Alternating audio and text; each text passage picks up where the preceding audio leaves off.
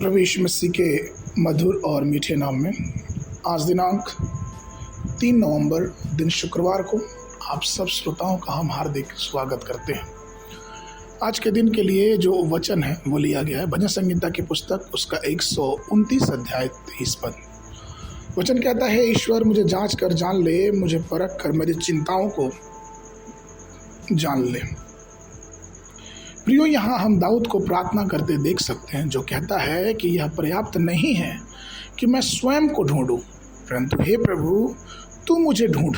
मैं अपने दोषों के प्रति अंधा हो सकता हूँ परंतु वे तुझसे छुपे नहीं हुए, इसलिए प्रभु मुझे जांच ले और मुझे परख ले और मुझे बता कि मुझे क्या सही करना चाहिए।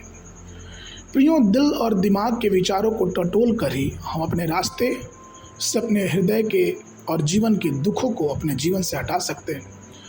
केवल तभी हम प्रभु में प्रसन्न रह सकते हैं जब हम प्रभु के मार्गों पर विचार करके अपने जीवनों को उसके मार्गों पर ले चलेंगे। आइए हम अपने मनों के विचारों पर मनन करें। सबसे पहला विचार अधर्म के विचार। भजन संहिता 66 उसका 18 कहता है, यदि मैं अपने मन में अधर्म का विचार रखूं तो यहोवा न सुनेगा। प्रियो, हृदय के अधर्म का अर्थ है जो नैतिकता का उल्लंघन करता है और कानून का, परमेश्वर की व्यवस्था का विरोध करता है। प्रभु अधर्म से अप्रसन्न होते हैं। इसलिए तो यीशु मसीह ने कहा मत्ती 7:27 में कि उस दिन मैं उनसे कह दूंगा कि मैं तुम्हें नहीं जानता, हे कुकर्म करने वाले, मेरे पास से चले जाओ। दूसरा जो विचार है वो शारीरिक विचार। रोमियो उसके 8:5 पद में वचन कहता है, जो शरीर के अनुसार जीते हैं वे शरीर के बातों पर मन लगाते हैं, परंतु जो आत्मा के अनुसार जीते हैं वे आत्मा की बातों पर मन लगाते हैं। प्रियो, शारीरिक विचार क्या है? इसका अर्थ पवित्र आत्मा के प्रति समर्पण नहीं है बल्कि आत्म इच्छा और शरीर के आधार पर कार्य करना है।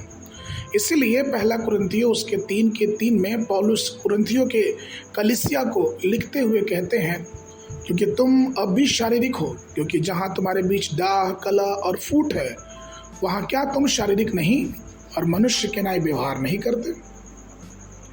तीसरा जो विचार है वो है घमंडी विचार। रोमियो 12:16 कहता है, अपना मन ऊंची बातों पे मत लगाओ परंतु नम्र लोगों की संगति करो। प्रियो, हम सबको मालूम है कि घमंड वाला हृदय मनुष्य को नीचे लेके आता है और यहाँ तक कि परमेश्वर भी घमंडियों का सामना करता है। अहंकार या फिर घमंड ईश्वर की दृष्टि में एक घोर पाप है और ईश्वर हमेशा से इसका विरोध करता है। इसलिए हमें चाहिए कि हम ऐसे विचारों से दूर रहें। अगला जो विचार है वो है व्यर्थ के विचार। इफिसियों 4:17 में वचन कहता है, तुम्हें अब और अन्य जातियों की तरह अपनी व्यर्थ बुद्धि में नहीं चलना चाहिए। प्रियो, निरर्थक या व्यर्थ विचार वे हैं जो पूरे नहीं हो सकते और वे हमारे मन के किले को नष्ट कर देते हैं और हमारे हृदय पे दाग लगता है। ऐसे बहुत से लोग हैं जो ऐसे व्यर्थ विचारों में पड़े रहते हैं और अपने जीवन को बेकार किए हुए हैं। प्रभु में प्रिय लोगों, इन सब बातों के विषय में हमने आज देखा। इसलिए आइए अपने जीवन को इन व्यर्थ विचारों से दूर हटा के प्रभु के विचारों पे आगे बढ़ें और प्रभु के इच्छा के आगे अपने जीवनों को समर्पित करें, जिससे परमेश्वर की आशीष हमारे जीवनों पे बनी रहे।